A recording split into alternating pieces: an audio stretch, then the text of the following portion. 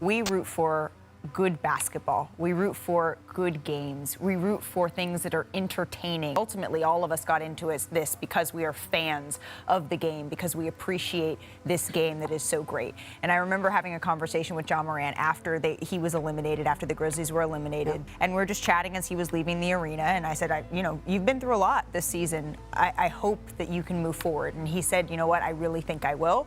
And certainly in this moment, I think that's all of our hope for John Morant, is that with this 25-game suspension, he's going to have the time to reflect on all of this, to be better, to move forward, and that no one gets hurt. And we'd be remiss not to also mention that Mazzulla was arrested twice at West Virginia, once in 2008 for underage drinking and aggravated assault. He pled guilty, paid a fine, and then again in 2009 for domestic battery after an incident at Morgantown Bar. The domestic battery case never went to trial. It was settled in August of 2009. He paid a $100 fine and court costs, plus had to do 40 hours of community service. Now, that was 13 years ago. He settled and paid both fines. So, Woj, why are the Celtics choosing him as their next head coach? Love that, but I also think sometimes that hurts him because, not saying I've never had him as a leader, and I'm sure he has his ways of particularly leading this team, but I know for a fact if the two guys that I mentioned before saw some of the effort and energy that he saw from his teammates this year, it would have been an issue. I mean, when Kobe, Dwight, and Nash all had injuries, though, they didn't win a playoff game. They got to the playoffs, though. But they didn't win a game. Neither did this Lakers team. The year 19, when he was averaging 22 on 37% shooting, Kobe did. The Lakers, they went 10 and 25. In this position. But why are the other people getting left off the hook? Well, that's the problem that I have right now. Everybody got to be held accountable. I think that we need to circle back to what Shanae said, is that there was an investigation that was conducted by an independent law firm here. And I think that transparency is what will rule the day here.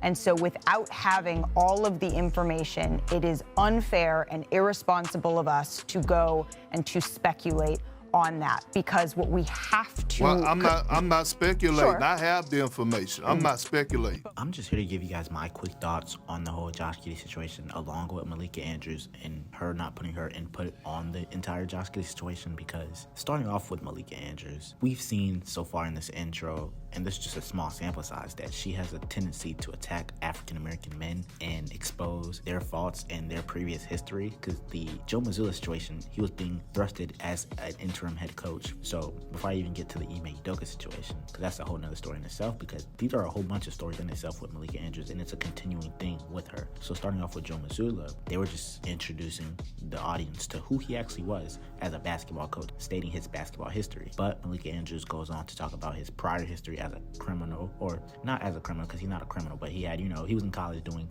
college student things, drinking and driving, etc., etc. She did that under her own, knowledge or whatever, doing her own research. So I think that's really, shady that she did that to an African-American man. Obviously, Malika Andrews is, half African-American. So, why would you do that to your own people? But that's neither here nor there. Next, obviously the Ime Udoka situation. She was trying to defend the women in the situation with Ime Udoka, but she didn't like how Kendrick Perkins, Stephen A. Smith, and others were, stating, why haven't we heard her name, but we've heard Ime Udoka's name. And they both worked for the Boston Celtics, and they were both involved in the consensual relationship. That's another thing that was very shady. She stated that she was trying to protect the woman's name or whatever for the backlash or slander that she was going to get, but that doesn't make no sense. It was a consensual thing. Consensual, means it was consent, mutual. But on the case of Josh Giddey, apparently, she had very little words to say. She basically just stated what was going on, how there was an investigation going on, that Josh Giddey had this, relationship with this 15, 16, 17-year-old girl. I don't even know how old she is, to be honest with you. I haven't did my research because, let me not say I could care less, but I don't really know what's going on. I don't know how old the girl was. I don't know how they met. I don't know what they actually did. Obviously there's images, Snapchat saying that she had something going on with Josh Giddey, apparently. Just Josh Giddey's situation got a whole lot crazier because the NBA is actually doing their investigation now. First off, we gotta see what the truth is. Then we can determine if Josh Giddey needs a punishment or if he doesn't. Because if he didn't know, then you can't punish somebody if they don't know. Because there was rumors coming out that Josh Giddey didn't know of her age. She lied about her age and that they met at a club. But there's also evidence that Josh Giddey was around the area of her high school. So we really just don't know. It's a lot of puzzle pieces that we just don't know what fits with where. So until we find out, that's when, we can really make our assumption, or if Josh Giddey needs a punishment or if he doesn't need a punishment. But until then, just keep your opinions general.